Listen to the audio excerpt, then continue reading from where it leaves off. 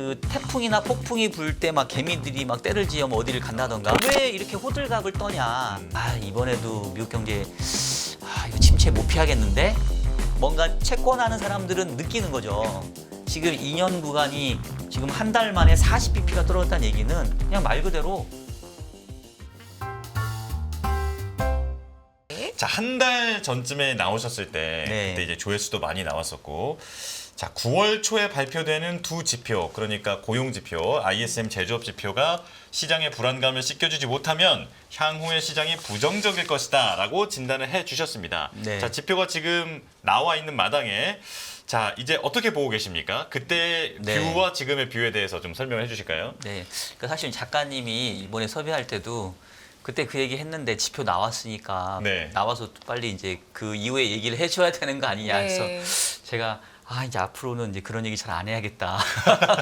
아, 그러면 한 달 뒤에 네. 섭외가 되는 거예요, 이미. 아니 그게 아니라 이제 뭔가 이게 뭐 지표 보면은 다음에 또 얘기할게요 이렇게 여지를 남겨두니까 네네. 이제 자꾸 불러줘서 감사하긴 한데 요즘 시장이 좀 어려우니까 저도 말을 하는 게 좀 조심스럽긴 해요. 네. 왜냐하면 이게 옛날에 리서치 할 때랑 운용할 때랑 다른 게 리서치는 그냥 분석하고 말지만 운용은 실제 액션을 취해야 되는데 그렇죠. 제가 또 말을 해버리면 그 자체가 또 저한테 바이어스가 아, 생기기도 하더라고요. 예. 그래서 좀 조심스럽게 얘기를 하려고 하는데 일단은 이제 그 8월 23일 정도에 나왔어서 제가 그때 이제 어떤 얘기를 했냐면 네. 그 8월 5일 날 그때 블랙 먼데이급의 폭락세가 있었잖아요. 네. 근데 이제 저는 그거의 시발점이 그 전에 8월 1일하고 8월 2일 날 이미 전조가 있었다. 아, 그래서 그때가 그 금요일이었잖아요. 그렇죠. 그렇죠? 예, 그러니까 8월 5일이 월요일이었고 맞아요. 8월 1일, 2가 이제 목금이었어요. 근데 8월 1일 날 나왔던 ISM 제조업 지표하고 8월 2일 날 나왔던 미국의 고용 지표가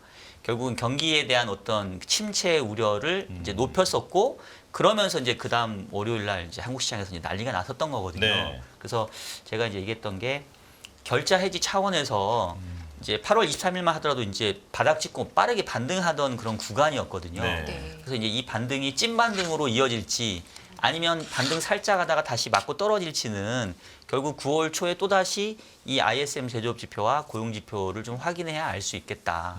근데 왠지 조금 뭐 거기 그 약간 썸네일 표현으로는 좀 꺼림칙하다 뭐 이런 말씀을 좀 드렸었어요.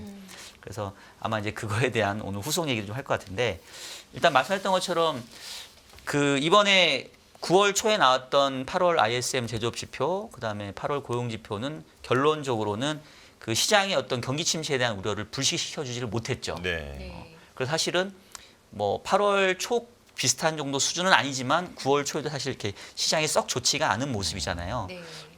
미국 장 어제, 그다음에 오늘 우리나라 장 정도 좀 반등을 한 것 같고 결국은 큰 그림상에서는 미국 경제가 침체를 향해서 가고 있구나라는 부분들에 대해서는 오히려 조금 더 확신이 커지는 그런 지표의 결과가 아니었냐 저는 네. 이렇게 좀 판단을 하고 있습니다. 경기 침체로 간다라는 방향에 대해서는 대부분 동의하시는 것 같은데 그렇다면 연준이 금리를 언제 내리느냐, 얼마나 내리느냐가 시장의 관심일 거고 네. 지금 CPI가 나오지 않았습니까? 그 네네. 물가 하락세. 그러면 물가 하락만으로도 금리를 인할 명분은 충분히 갖춰졌다. 이렇게 지금 시장에서 기대를 하고 있는데요. 네네. 그럼에도 불구하고 이 미국의 8월 근원 CPI가 또 예상을 소폭이나마 상회를 했어요. 네네. 이 부분은 어떻게 해석을 해야 될까요? 그러니까 이제 시장 어제의 반등은 사실은 저는 이제 엔비디아의 덕이 좀 컸다라고 좀 생각을 하고요. 네. 근데 이제 엔비디아 효과가 없었다라고 한다면 그 제가 지금 시장을 바라보는 프레임 상에서는 사실은 좀 안 좋은 그림으로 가고는 있어요.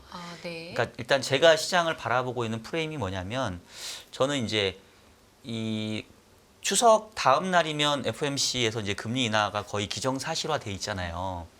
그리고 사실은 이번 상승장의 시발점을 이렇게 쫓아가서 보면 작년 10월 말부터 시작됐다고 저는 보거든요. 그리고 작년 10월 말에 무슨 일이 있었냐면 연준이 이제 금리를 곧 내려줄게, 더 이상 금리 올리지 않을게, 이른바 통화정책의 피본 얘기를 하면서 작년 10월 말의 기억을 떠올려 보시면은 미국채 10년짜리가 5%였던 게 네. 불과 두 달 만에 120bp가 하락을 했어요. 그러면서 이제 주가가 쫙 올라갔거든요. 이제 그게 이제 최근 한 7월, 8월까지 이어졌었는데 결국은 작년 10월 말부터 더 이상 금리 인상 안 하는 거 아니냐, 이제 곧 금리 인하하는 거 아니냐라는 기대감으로 지금 왔단 말이에요. 그러면 그토록 바람하지 않던 금리 인하가 지금 눈앞에 와 있으니까 시장이 좋아야 되는데 왜 8, 9월부터 지금 시장은 이렇게 좀 안 좋은 모습을 보여주고 있냐. 그러니까 결국은 이제 시장의 포커스가 금리 인하라는 긍정적인 효과보다는 결국 금리 인하의 뒷배경이 되고 있는 이제 경기 침체의 가능성에 좀 초점을 맞추고 있어서가 아니냐.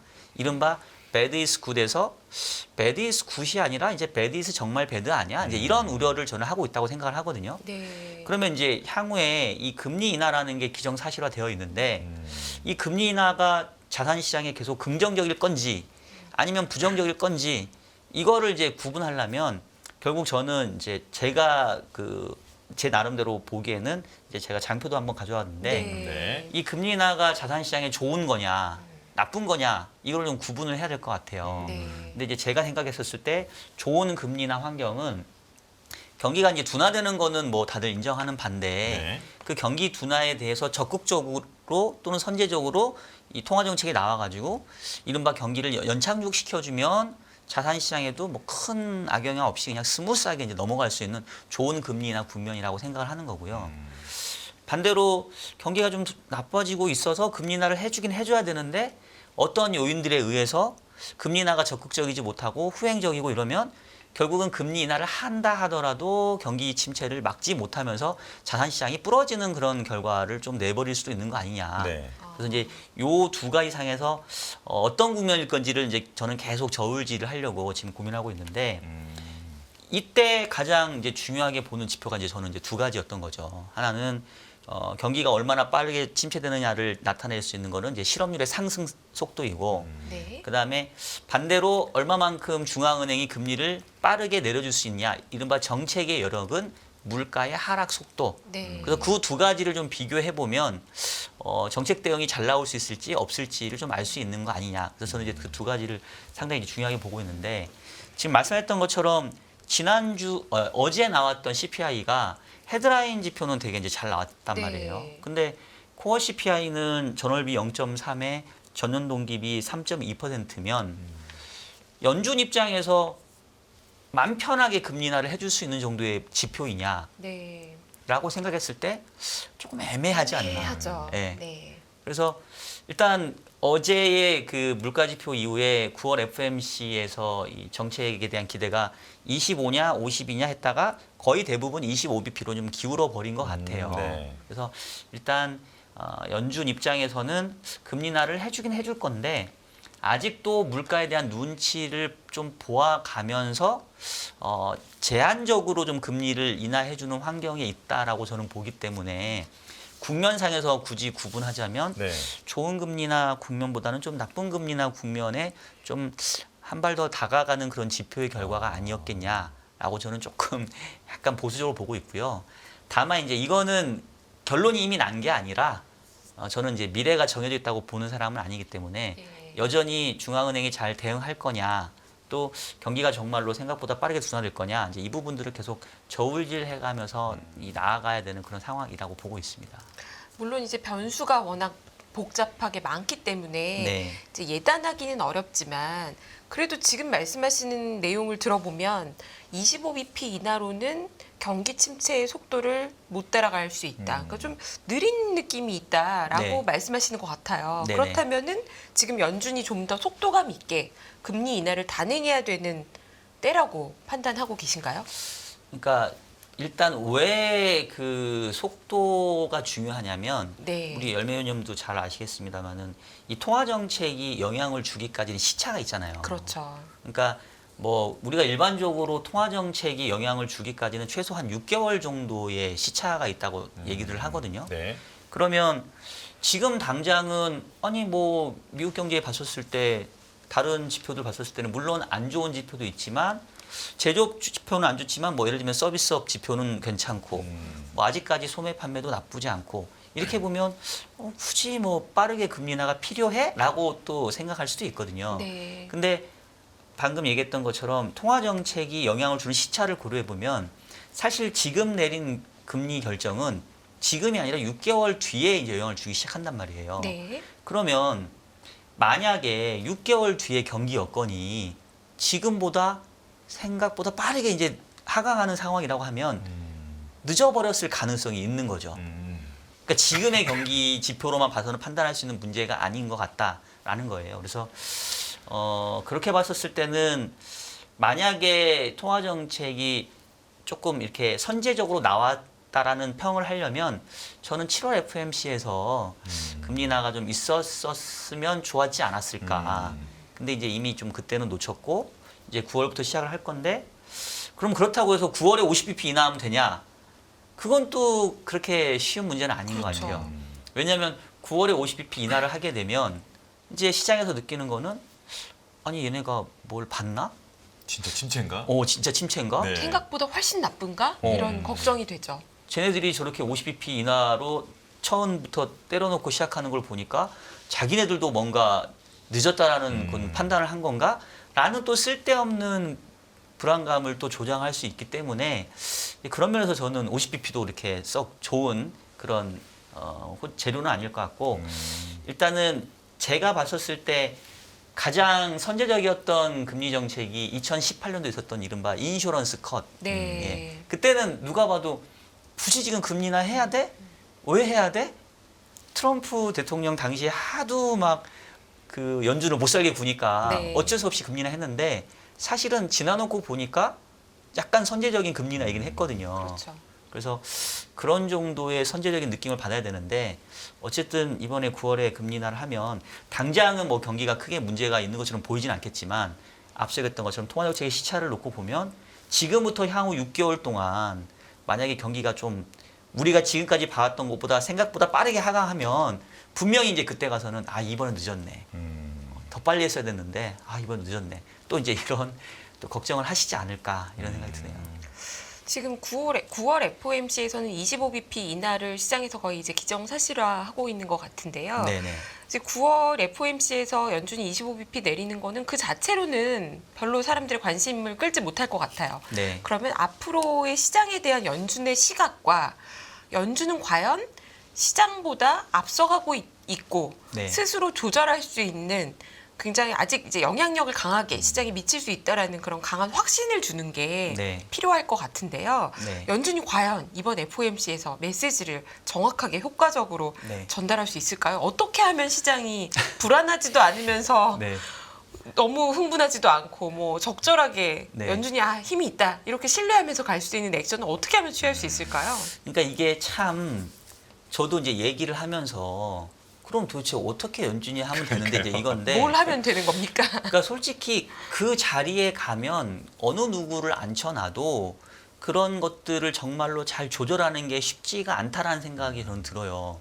그러니까 왜냐하면 과거에 뭐 이 자산 가격의 역사를 보면 항상 자산 가격의 버블과 붕괴를 만드는 거는 결국 중앙은행이었거든요. 네.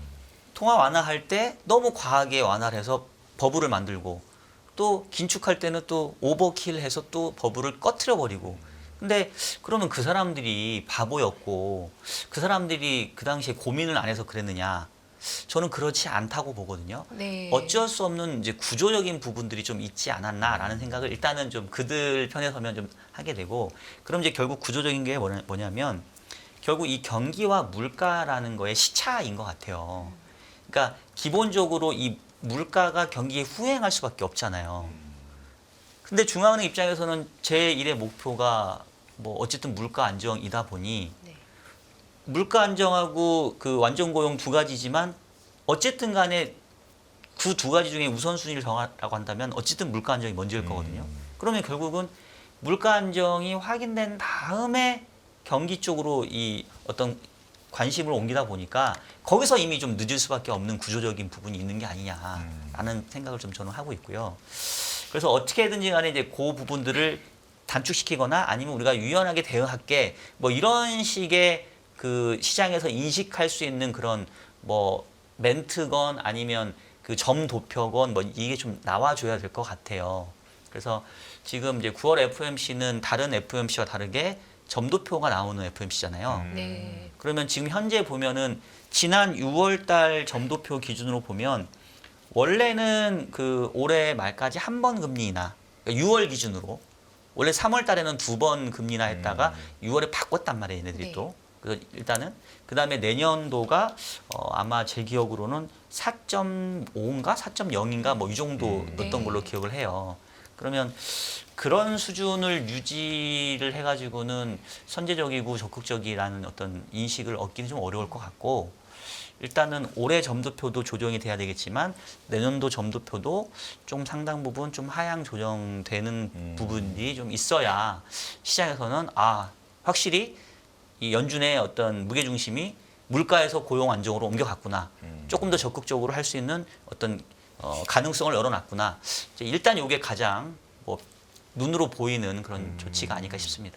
예, 그렇다면은 25bp의 이제 점도표는 이제 앞으로 훨씬 많이 내릴 것 같다라고 하는 그런 네. 이제 메시지를 주는 것이 베스트인 것 같다. 네네. 네, 이렇게 보시는 거죠. 그러니까 단순하게 본다면 예. 이제 그 외에도 더 중요한 거는 이제 또 파월 의장의 말이겠죠. 네네. 또 어떻게 이 시장의 어떤 불안감을 진정시켜 줄 것인지. 근데 그거는 이제 또 다른 영역이니까 네. 어떤 해답을 찾을지 저도 뭐 그게 상당히 관전 근데 포인트입니다. 혹시 25bp 내리면서 점도표의 내년 전망이 너무 하향 조정되면 네네. 말씀하신 수준으로 3.5까지 만약에 네. 간다. 막 지금 CME 패드와치에서 기대하는 수준까지 점도표가 정말로 찍힌다. 네. 그러면 오히려 시장에서는 경기 침체를 더 확실시하면서 걱정이 커지는 건 아닐까요? 네. 그러니까 이게 그래서 어려운 부분인 거예요. 네. 그러니까 이게 양면성이 있어가지고 역시 이 반컵의 물처럼 누구는 그러면 중앙은행이 진짜 적극적으로 금리나 해주려나 보다라고 좋은 면을 볼 수 있는 거고,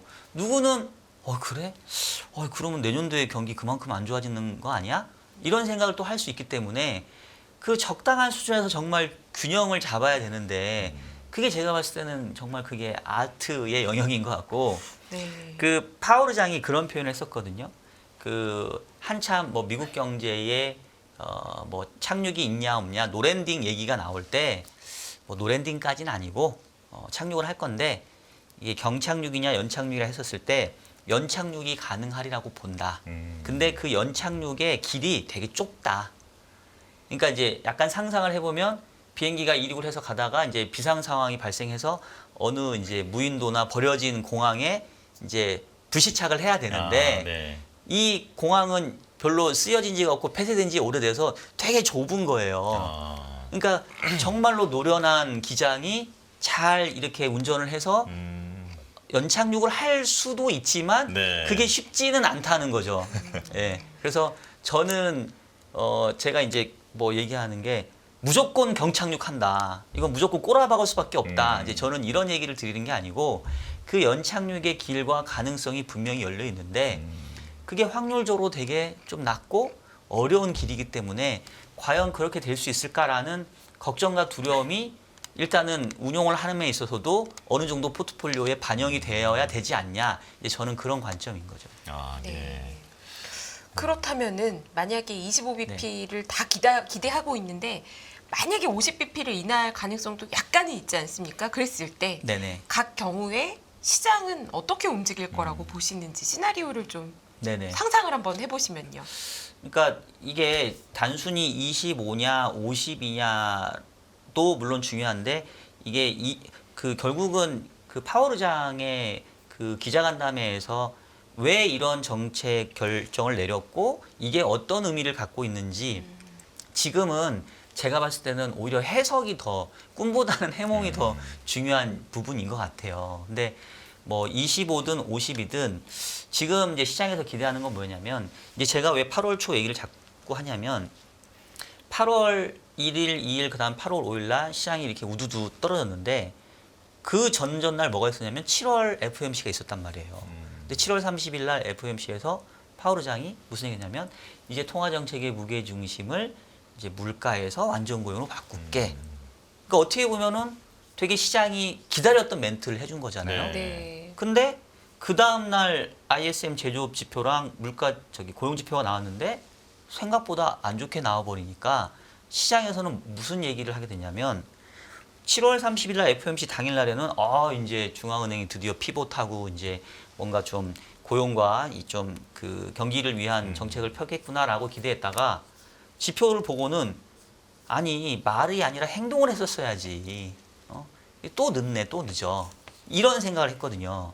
그러니까 결국은 그 현재 우리가 시장이 연준에게 기대하는 건 뭐냐면 우리가 뒤처지진 않겠다 이번에.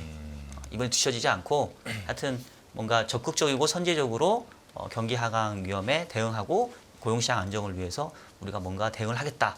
그러면서 조금 더 기다린다고, 그러니까 기대한다고 한다면 이른바 금리의 조정 폭도 그냥 25bp라고 하는 정상적인 폭이 아니라 우리는 필요하면 뭐 50도 할 수 있고 지난번에 물가 때려잡을 때는 막 75씩 하고 이랬잖아요. 뭐 그런 것도 얼마든지 열려 있다. 뭐 이런 얘기를 만약에 한다면 아마 조금 시장은 훨씬 더 아까 말했던 그 가능성이 낮지만 연착륙에 대한 시나리오를 조금 더 높게 보려고 하지 않을까. 저는 네. 좀 그런 생각이 듭니다. 한국이나 미국이나 지금 주거비 부담 얘기가 정치적으로도 굉장히 화두가 되는 것 같아요. 네네. 지금 이 CPI, 근원 CPI에서도 사실 주거비가 지금 안 잡히고 있다는 거잖아요. 네네. 근데 해리스와 트럼프의 대선 토론 보셨을 것 같은데 네네. 거기서도 뭐 주거비 내기도 힘들고 이런 얘기를 서로 하더라고요. 네. 해리스가 물론 공격 포인트로 얘기하는 거죠. 네. 그러니까 만약에 경기가 조금 나빠진다라고 시그널이 보여도 네. 이런 주거비 부담이 안 잡힌 상황이면 네네. 한국도 사실 금리 인하 단행하기 힘들지 않습니까? 그렇죠. 근데 마찬가지로 미국도 50bp 인하를 네. 과격하게 하기는 네. 뭐 그게 과격한 건지 그것도 부족한 건지 알 수 없지만 네. 그 부분도 상당히 부담되지 않습니까? 그러니까 지금 이제 정확하게 보면 그 연준의 그 기준금리를 그 예상해서 거래하는 그 FF 선물 시장을 보면 네. 연말까지 지금 금리 폭으로 보면은 3번 남았으니까 75bp를 기대해야 되는데 지금 100에서 125bp를 기대하고 있거든요. 네. 그러면 남아있는 3번의 회의 중에 적어도 한 번 이상은 50bp 금리 인하를 할 거다라는 이제 기대를 지금 깔고 있는 거예요. 네. 그러니까 그런 정도가 나타나야 이제 시장은 조금 안심할 것 같은데 그 말씀 주셨던 것처럼 50bp를 지금 하기가 여건이 좀 어려운 거 아니냐 지금 그 얘기잖아요. 네. 근데 근원 저는 CPI 때문에 이제 그게 그런 되게 우려가 있는 중요한 포인트라고 생각하는 거죠. 게 네. 그 앞서도 얘기했던 것처럼 과거에 항상 보면 중앙은행이 선제적으로 그 액션을 취했던 게 별로 없다. 네. 항상 후행적으로 통화 정책의 전환이 늦어져서 이게 어떤 버블과 버블 붕괴를 나타냈는데 왜 못했겠느냐? 구조적으로 뭔가 할 수 없는 상황이 있었다는 거죠. 그러니까 지금도 마찬가지인 거예요. 지금도 만약에 부동산 시장이 좀 안정화되어 있고 주거비가 안정화되어 있으면 헤드라인 물가로만 봤었을 때는 2% 중반이면 어느 정도 왔잖아요. 네. 근데 지금 말씀하셨던 것처럼 이 부동산 시장이 자꾸 불안불안하니까 마냥 경기만 보고 적극적이고 공격적인 금리 인하를 하기가 어려운 거거든요. 그렇죠.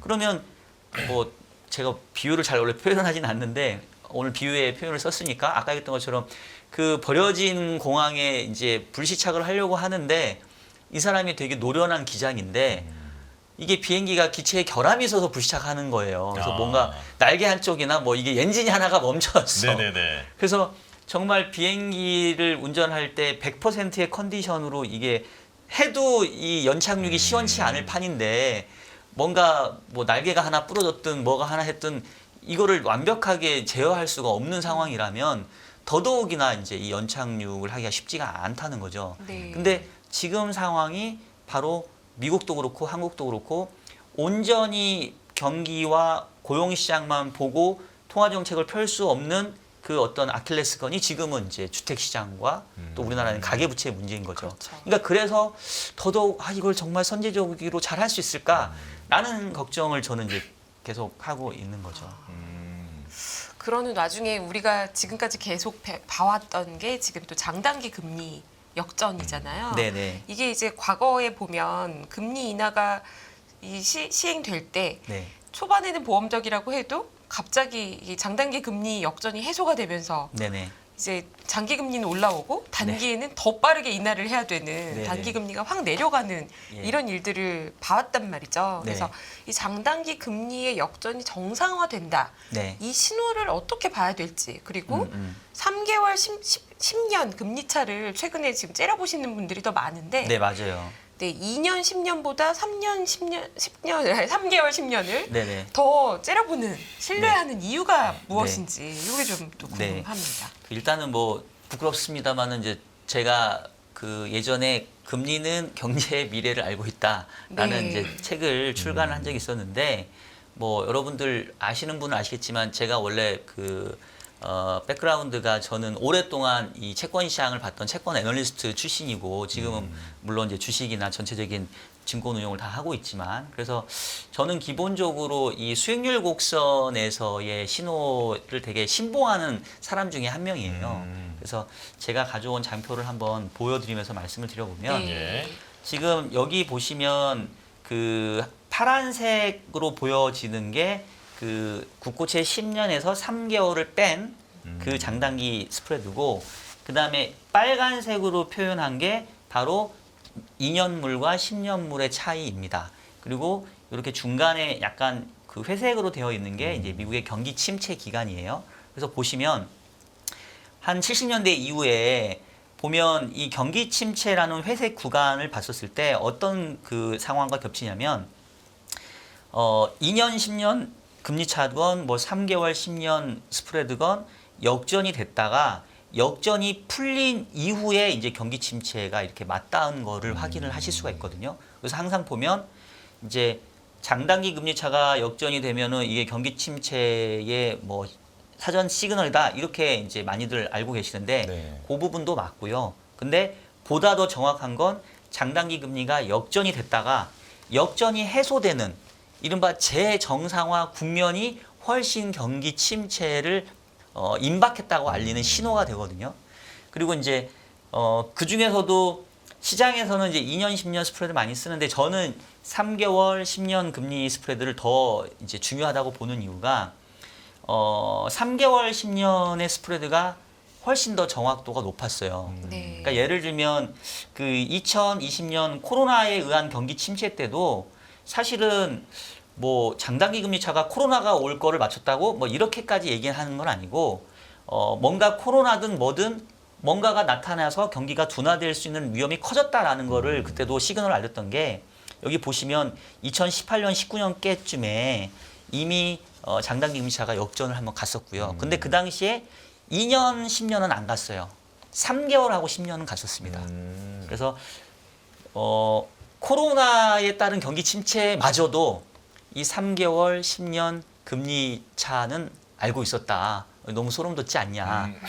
그래서 지금도 이제 그거에 대한 저는 어떤 그 예지성을 좀 높게 보는 편인데, 근데 이제 지금 상황을 보면은 약간 조금 헷갈리는 게 2년, 10년 스프레드가 지금 2년 3개월 만에 재정상화가 됐어요. 네. 그러면 이제 아까 얘기했던 것처럼 장단기 금리차가 역전됐다가 재정상화되면서 바로 경기 침체가 왔으니까 이거 이제 큰일 난 거 아니야? 이제 이렇게 생각할 수 있는데 3개월 10년은 보니까 오히려 2년 10년 금리 스프레드와 거꾸로 얘는 지금 떨어졌어요. 아, 네. 지금 보이시나요? 혹시 이렇게 네. 네. 얘는 네. 위로 가고 얘는 밑으로 가고. 그러네요. 네, 역전폭이 더 확대됐다는 거죠. 그렇죠. 네. 그러면 2년 10년 스프레드를 보게 되면은 뭐 미국의 경기 침체가 뭐 언젠가는 올 건데 얘를 보면 거의 이제 막 임박한 것처럼 보이고 3개월 10년을 보면 아직은 시간이 있는 것처럼 보이죠. 네. 근데 저는 아까 얘기했던 것처럼 2년 10년보다는 3개월 10년 스프레드를 조금 더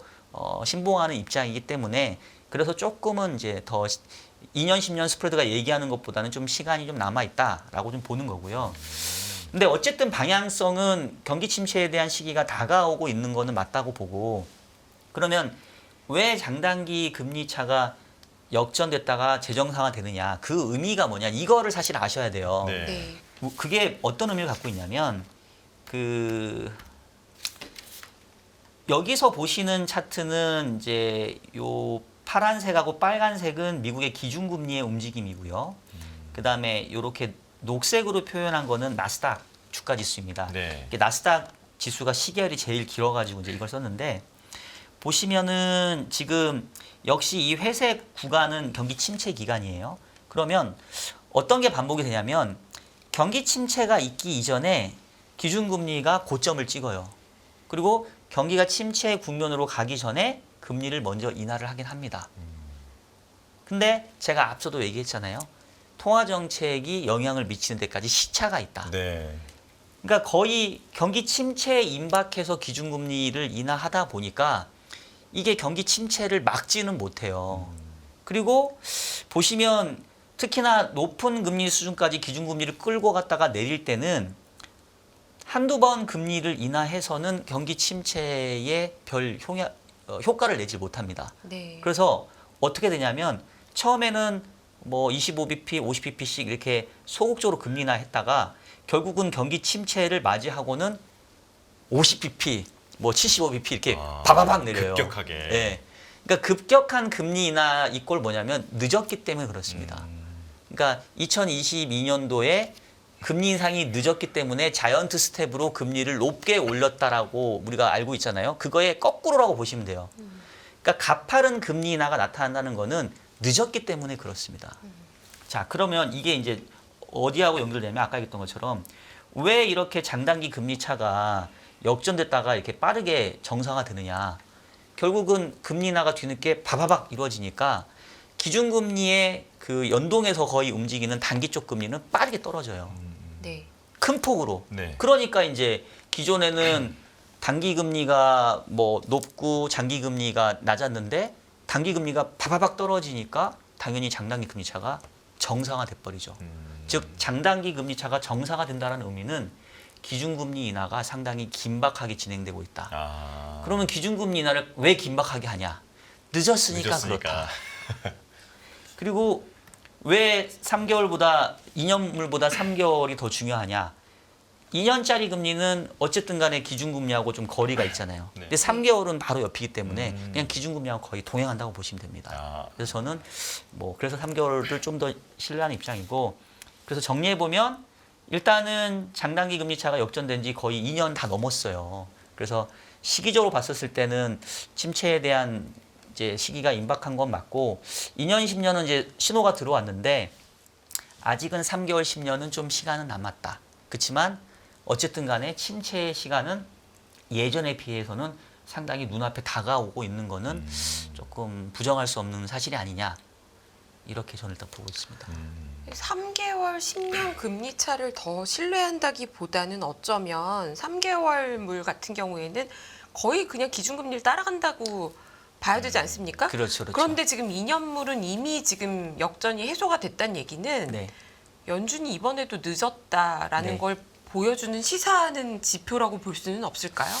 과거에 리세션 전을 보게 되면은 네. 2년물의 금리차 역전폭이 먼저 줄어들고 네.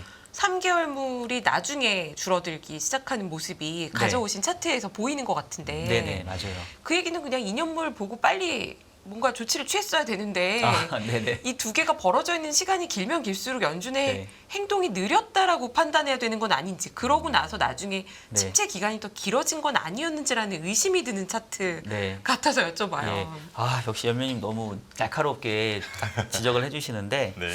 그럼 제가 그 한번 커브를 준비를 해봤어요. 네. 커브 변화를 한 달 동안의 커브 변화를 준비를 해봤는데 지금 요렇게 조금 이게 색깔이 죄송합니다. 따르게 제가 구분을 못 하겠더라고. 다 아, 파란색인데 네. 지금 위에 보면은 이렇게 실선으로 되어 있는 게 어제자 미국채 10년 그 수익률 곡선입니다. 아, 네. 1개월부터 30년 구간까지 이렇게 보면 원래 우리가 일반적인 수익률 곡선은 만기가 길수록 금리가 높은 이른바 우상향의 구조여야 되는데 네. 미국은 지금 이걸 뭐 V자라고 해야 되나? 약간 좀 이렇게 뭐 상당히 많이 뒤틀려 있죠. 네. 그래서 단기 쪽 금리는 높은데 지금 1개월, 뭐 2개월은 여전히 금리가 5%예요. 왜냐하면 기준금리가 5.5니까 그쪽에 붙어 있고. 근데 지금 3년부터 7년, 10년까지는 지금 3.5, 3.7 이렇습니다.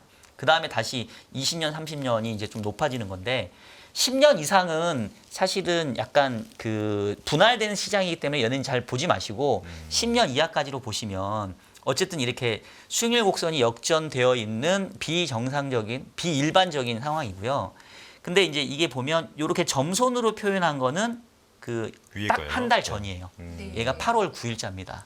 그리고 요 밑에 있는 거 뭐냐면 8월 9일 대비 9월 11일 현재 금리가 만기별로 얼마만큼 빠졌는지를 보여주고 있어요. 그래서 보시면 얘가 이렇게 들어갔는데 2년 구간이 제일 푹 꺼져 있죠. 네. 한 달 동안 2년짜리 금리는 40bp가 넘게 빠졌고요. 네.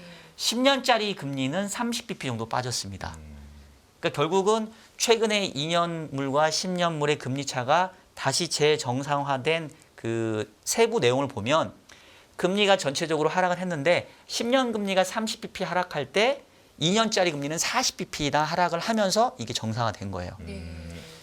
자, 그러면 열매님께서 지적하신 대로 그럼 2년짜리가 왜 이렇게 얘가 먼저 툭 빠졌을까? 사실은 시장의 그런 기대가 반영된 거죠.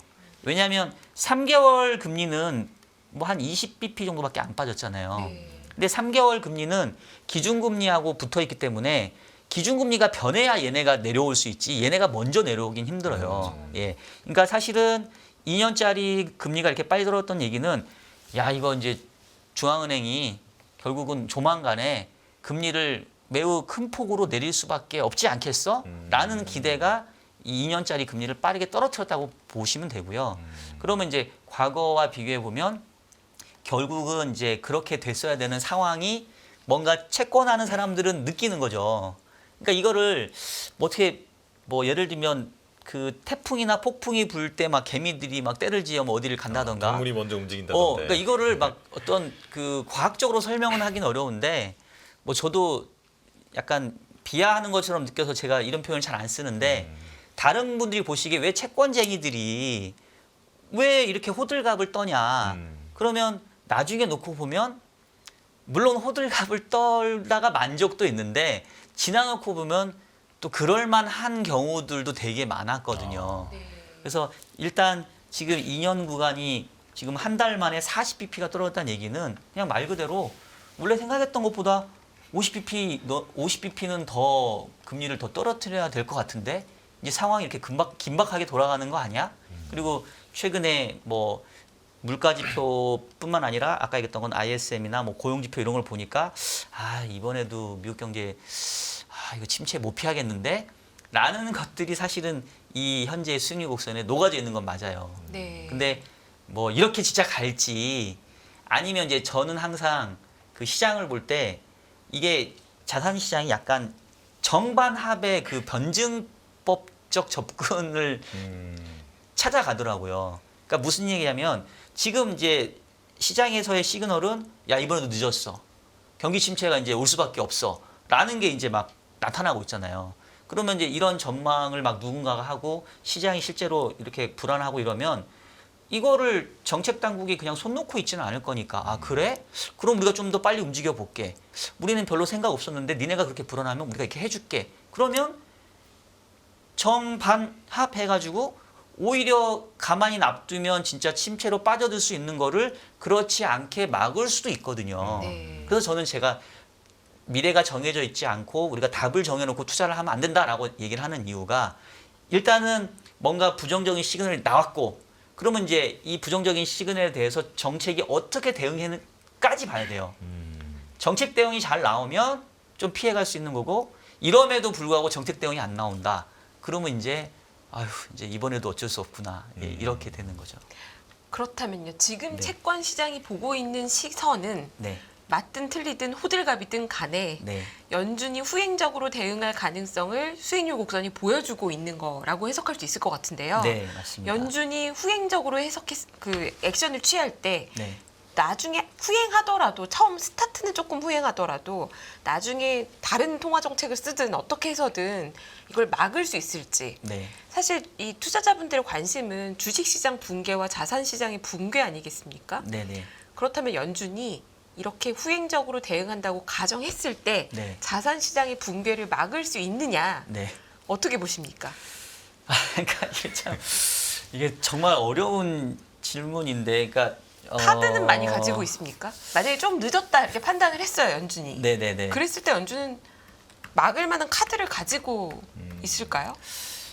그래서 일단은 이제 그래서 제가 이제 좋은 금리나 뭐 나쁜 금리나 얘기하면서 결국은 정책 대응이 얼마만큼 빠르게 나와줄 수 있냐 이제 이거가 중요하다고 말씀드렸잖아요. 네. 그래서 이제 제가 그래서 어떤 지표를 보면은 과연 그럴 가능성이 높으냐 이제 이거를 고민하다가 생각한 게 이제 경제 고통 지수라는 거를 이제 저는 좀 보자라고 말씀을 네. 드렸는데 앞서도 얘기했던 것처럼 금리를 빨리 내려줘야 되는 필요성은 실업률로 보면 되고 금리를 얼마만큼 빠르게 내릴 수 있느냐는 물가 상승률로 보면 되거든요. 그러면 이 두 개를 합한 게 이른바 경제 고통 지수예요. 근데 최근 상황을 보게 되면 아직은 좀 긍정적인 구간인 게 지금 실업률이 이렇게 지금 올라오고 있잖아요. 네. 근데 물가 상승률이 떨어지는 기류가 조금 더 가팔라요. 그러니까 얘는 양갈래로 갈 수밖에 없어요. 왜냐하면 이거는 일종의 트레이드오프 관계가 있으니까. 네. 근데 지금은 실업률이 올라가는 속도보다 물가가 떨어지는 속도가 빠르기 때문에 고통지수 자체는 좀 떨어지고 있거든요. 그러니까 원래 고통지수의 의미는 이게 아닌데 이제 제 나름대로 이제 막 고민하다가 아 이거가 현재로서는 좀 의미 있는 지표 아니야? 네. 그 경기의 하강 속도와 금리의 인하 속도를 비교할 수 있는 지표로 얘를 보면 되지 않겠어라고 이제 제가 그냥 보는 지표고요. 네. 원래 경제 고통 지수는 민간이 느끼는 고통을 얘기를 하는 거예요. 이제 민간은 실업이 발생하고 물가가 올라가는 게 고통스러우니까. 다르게 해석을 해보시는 거군요. 예, 그러니까 저는 예. 이제 그거를 약간 지표를 제가 응용을 한 거죠. 그래서 보시면 어쨌든 지금 이게 합이 떨어지고 있다는 얘기는 실업률이 올라가는 속도보다 물가가 빠르게 떨어지고 있기 때문에 여건적인 측면에서는 연준이 금리를 빠르게 떨어뜨려 줄 수 있는 여건은 아직은 있다라고 볼 수는 있어요.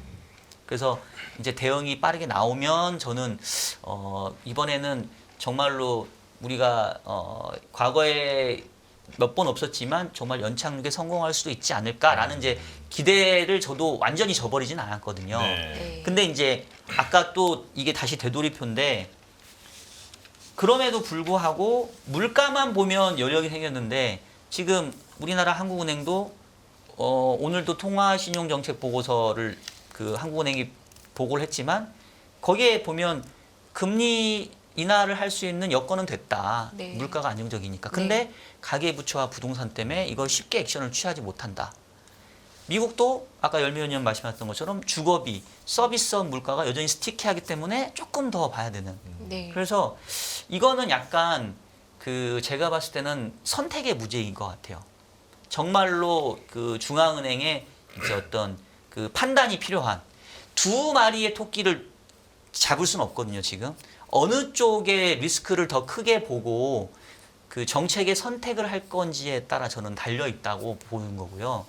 아직까지는 지금 당장은 지표들이 몇 개가 좀 안 좋게 나왔지만 우리가 막 체감적으로 엄청 느낄 정도로 막 경기가 엄청 침체된다 이제 이거는 아직 아니잖아요. 그러니까 아직 조금 이렇게 여유가 있게 결정을 하시는 것 같은데 저는 여유가 그렇게 많이 남지는 않았다라고 생각을 해요. 네. 앞으로 뭐 길어야 한 6개월 정도 안에 어떤 식으로든 간에 뭐 다른 그 부동산이나 뭐 서비스업 쪽은 다른 정책을 취하고 통화 정책은 빨리 이 고용시장 침체 또 경기 하강에 대해 대응하는 정책들이 빨리 나와줘야 되는 타이밍 아닌가. 이게 늦어지면 늦어질수록 다시 또 뭔가 좀 불안감이 커질 수밖에 없는 구조 아니냐. 일단 저는 조금은 굳이 구분하자면 조금은 보수적인 입장을 지금 보고 있다라고 말씀을 드릴 수 있을 것 같습니다. 저는 이제 말씀 들으니까 그럼 저도 궁금한 게 네. 최근에 그 우리나라에서 그 주택 있는 사람들이 주택담보대출 받는 것에 대해서 굉장히 강하게 옥죄고 있지 않습니까? 가계부채가 급증한다고 해서. 네네. 그런 지금 말씀해주신 것과 이제 맥락을 같이 하는 그런 정책이라고 이해해도 되는 걸까요? 그렇죠. 그러니까 이게 사실 한국은행 총재님도 좀 불쌍하다는 생각이 드는 게 이게 되게 웃긴 게 정책의 수단은 하나밖에 없어요. 네. 금리를 오르고 내리는 것밖에 없는데 이 정책의 수단은 하나인데 이 정책으로 취해야 되는 목표물이 너무 많아요. 네. 그러니까 경기도 잡아야 되고 물가도 잡아야 되고 환율도 안정시켜야 되고 뭐 가계부채도 잡아야 되고 부동산도 잡아야 되고 그럼 이건 말이 안 되잖아요. 왜냐하면 이 각각의 목표들이 다 상충되니까. 그래서 사실 경제학적으로 봤었을 때는 목표가 두 가지이면 수단도 두 가지여야 돼요. 근데 목표는 두 가지인데 수단은 하나다? 그럼 결국은 이거 둘 다 못 잡는 거거든요. 그래서 뭐 지난 금통위도 그렇고 지금도 그렇고 한국은행이 계속해서 강력하게 얘기를 하는 게 가계부채나 이 수도권의 주택 가격이 어떤 형태든지 안정이 되어야 우리가 이 금리 인하라는 정책을 펼 수 있지. 그거를 잡지 못하면 우리는 이거 하기 쉽지 않다. 그러니까 결국은 정책의 믹스가 필요한 거죠. 정책 공조가 필요하니까 이제 이런 강한 시그널들이 어쨌든 정부도 좀 공감을 해서 알았으니까 그럼 우리가 뭐 가계부채 좀 잡고 뭐 이 수도권의 부동산 문제는 우리가 조금 더 신경 써볼게 이러면서 최근에 사실은 조금 더 이런 대출이라든가 부동산 시장에 대한 규제가 좀 세게 나온 게 아닌가 싶고 그래서 저는 기대해 보자면 요런 게 결국은 이제 한국은행의 이 금리 인하에 대한 어떤 여지를 좀 더 넓혀주는 그런 기회가 되지 않겠냐. 밑작업이다. 네네 그렇게 보고 있습니다. 지금 그 미국 증시도 좀 반등을 했지만 한국 증시 오늘 하루 반등 나왔는데 네. 이렇게 매크로 변수가 혼재되어 있는 가운데 국내 증시는 그래도 어쨌거나 싸지 않습니까? 네 맞아요. 싸다는 관점에서 저점을 공략할 시기인지 아니면 네. 매크로 변수가 아직 불확실하니 좀 지켜봐야 할지 어떻게 보십니까? 저희 몇 분까지 시간 이게 남았죠? 마지막 질문입니다. 질문이죠? 예. 네. 한 3분 정도는 될 3분 것 정도? 같습니다. 네. 네, 알겠습니다. 그 일단 올해 한국 주식이 미국이 S&P 나스닥이 두 자릿수 상승률인데 우리는 지금 뭐 코스피가 마이너스 8%인가 그렇고 뭐 코스닥 마이너스 18%인가 막 이런데 왜 이렇게 안 좋냐라고 보면은 네. 제가 봤을 때는 결국은 외부 악재와 내부 악재가 다 있는 것 같아요. 네. 외부 악재로 봤었을 때는 뭐 그냥 쉽게 말하면 NK 트레이드 청산 같은 그동안 레버리지를 통해서 이뤘던 투자가 어쨌든 지금 이제 이렇게 말리고 다시 이렇게 돌려지고 있다라는 부분이 좀 네. 부정적인 것 같고 그다음에 이제 국내적으로 봤었을 때는 금투세 문제가 해결되지 않은 그런 불안감 때문에 투자 심리. 국내에 네. 수급이 없어요. 그러니까 외국인이 사실은 올해 최근에 판 것보다 훨씬 많이 샀거든요. 근데 외국인이 살 때 주가가 끌어올리는 폭이 예를 들면 100이었다면 외국인이 파는 게 그것보다 훨씬 적음에도 불구하고 뭐 그 이상이 빠진다는 거는 네. 결국은 국내에 수급 주체가 없다라는 거고 그럼 왜 안 사냐? 뭐 굳이 국장을 해야 됩니까? 뭐 이런 거죠. 그다음에 내부적인 또 문제는 국내 경기에 자체적인 내수 부양책이 없어요. 재정 정책도 국가 부채가 늘어나서 한계에 차 있고 금리 인하 하려고 하니까 이 부동산에 발목 잡혀 있고 그러니까 결국은 국내 경제 봤었을 때는 수출만 좋을 뿐이지 내수가 이렇게 엉망인데 이게 되겠냐. 이제 저는 그 문제가 다 있다고 보고요. 그래서 올해 시장 부진한데 그러면 지금 지수가 2,505고 삼성전자가 6만 원대인데 여기서라도 그러면 해야 되냐?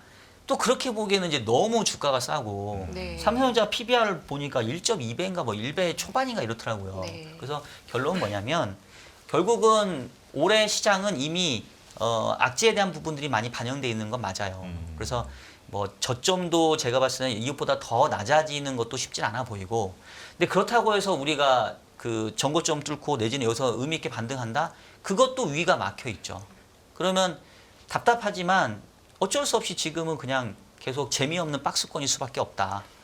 뭐 삼성전자로 보면은 6만 원 초반대 오면은 더 빠질 게 없는 거고 그렇다고 삼성전자가 뭐 8만 원 이상 갈 것도 아니고 그럼 뭐 지수로 대입시켜 보면 코스피로 봤었을 때는 뭐 2,500 초반 내지는 그 아래면은 뭐 사면은 더 물릴 구간은 아닌 거고 그렇다고 해서 2,700, 2,800까지 갈 정도의 내부 모멘텀은 없는 거고 상당히 시작은 또 답답한 좀 천수답 장세로 들어가 버린 게 아니냐 뭐 이런 생각을 좀 하고 있습니다. 근데 어쨌든 지금은 이제 네. 지수의 박스권의 하단부니까 뭐 여기서 막 쫓아가면서 매도하고 이런 거는 좀 아닌 것 같고 그치만 길게 봤었을 때는 어쨌든 경기 침체 구간이 좀 오고 있기 때문에 주식에 대한 비중을 저는 그렇게 늘려가는 때는 아니라고 봐요.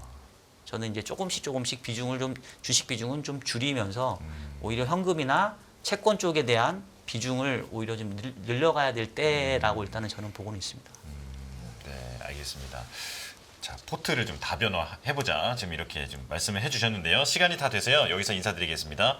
박종현 IBK 연금보험 증권운용부장님과 함께했습니다. 고맙습니다. 네, 고맙습니다. 감사합니다. 안녕하세요. 이승입니다. 더 많은 영상을 보고 싶으신 분들은 화면 오른쪽에 있는 구독 버튼을 눌러주시기 바랍니다. 그리고 영상을 보시면서 좋아요는 필수인 거 아시죠? 항상 인포맥스 라이브를 사랑해 주셔서 감사합니다.